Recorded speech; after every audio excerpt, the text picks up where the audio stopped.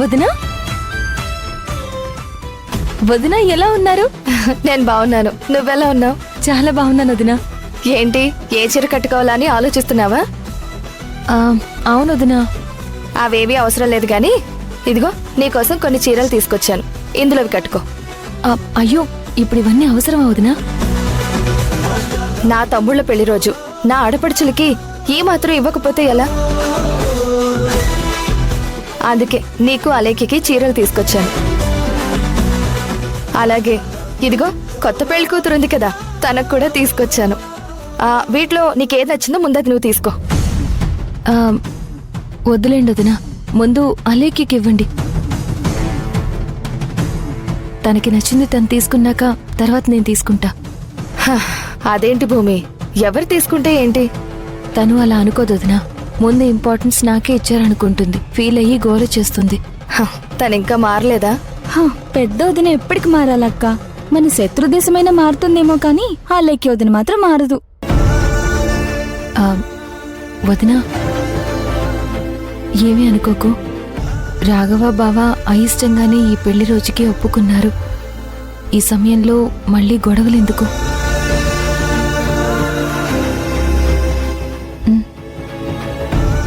సరే.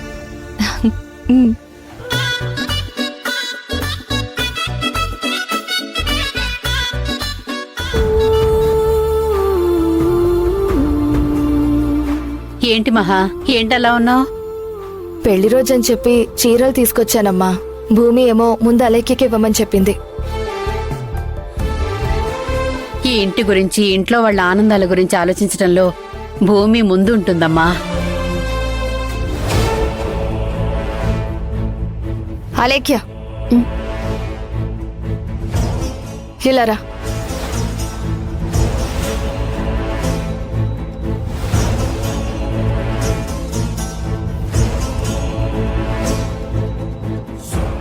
నీకోసమే వస్తున్నాను.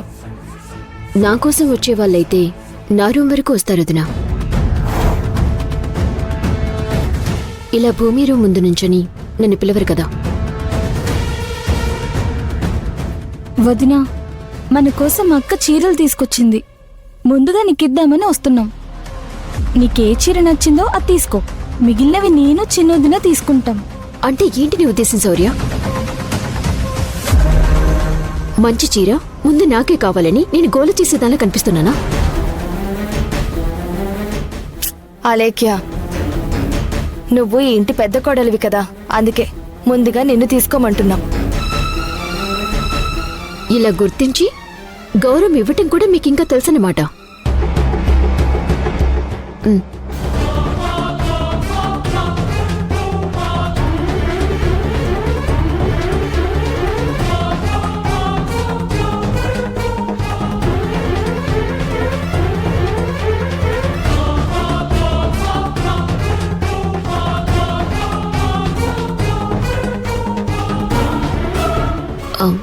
నాకు ఈ చీర నచ్చింది. శౌర్య, ఈ 2 చీరల్లో నీకు భూమికి ఏది నచ్చితే అది తీసుకోండి. నేను వెళ్ళి బయట పనులు చూస్తాను. సరే అక్క. అమ్మా, పద.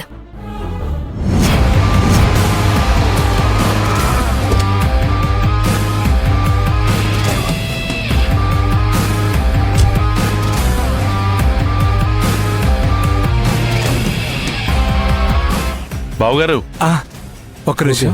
అరే బావగారు, నమస్తే. నమస్తే. బాగున్నారా? కూర్చోండి. పర్లేదండి.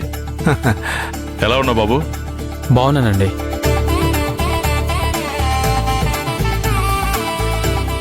ప్రసాదు,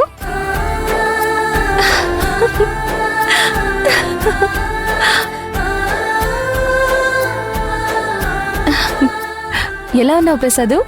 బాగున్నాను. నువ్వెలా ఉన్నావు? నేను చాలా బాగున్నాను. అయినా ఏంటి ప్రసాదు, పరాయి వాళ్ళలాగా ఈ టైంకి వచ్చావేంటి? లేదమ్మా, కొంచెం పనుండడం వల్ల లేట్గా రావాల్సి వచ్చింది. ఇంతకీ అల్లుడు గారు ఎక్కడమ్మా? అప్పుడే నాతో మాటలు అయిపోయాయా ప్రసాదు? అదేం లేదమ్మా, అల్లుడు గారితో చిన్న పనుంది, కొంచెం మాట్లాడాలి. సరే అయితే, ఆయన రూమ్ లో ఉన్నారు. నువ్వు వెళ్ళి మాట్లాడుతూ ఉండు, నేను వెళ్ళి కాఫీ తీసుకొస్తాను, సరేనా? ఇప్పుడే వస్తాను.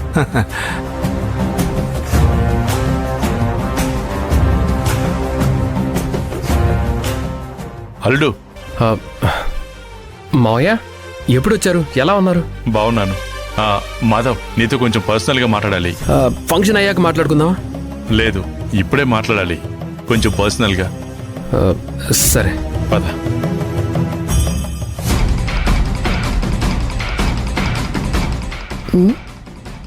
ఏంటి కూడు పుట్టాని ఇంత సీక్రెట్గా మాట్లాడుకుంటున్నారంటే ఖచ్చితంగా ఏదో ఉండే ఉంటుంది.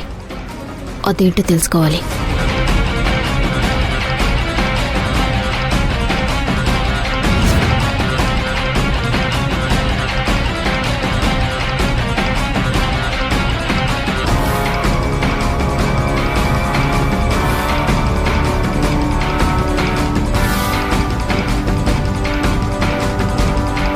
ఈ భూమి వాళ్ళ నాన్న మాధవ పర్సనల్గా మాట్లాడటానికి వచ్చారంటే ఏదైనా ముఖ్యమైన విషయమే అయి ఉండాలి. ఆ, మావయ్య ఏదో మాట్లాడాలన్నారు, అలా సైలెంట్గా ఉంటారే. చెప్పండి, పర్లేదు. ఇప్పటి వరకు భూమికి నీకు చెప్పకుండా నేను ఏ నిర్ణయం తీసుకోలేదు, ఏ పని చేయలేదు. కానీ ఇప్పుడు తీసుకున్నాను. ఒక పని చేశాను. ఏంటి మావయ్య గారు? అది అల్లుడు,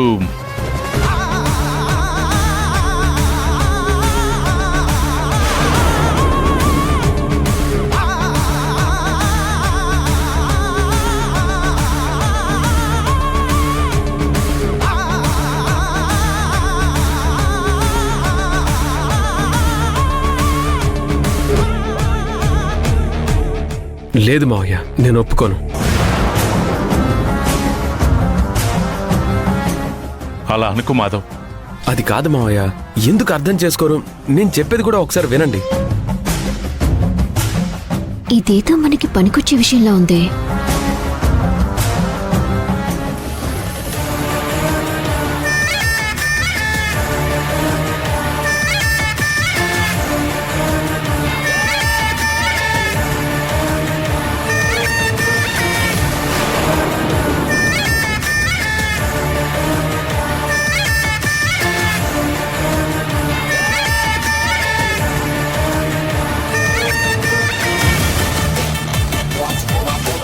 అంతగా బతిమలాడుతున్నాడంటే చాలా పెద్ద విషయమే. వాళ్ళ దగ్గరికి వెళ్ళి వినటానికి లేకుండా పోయిందే.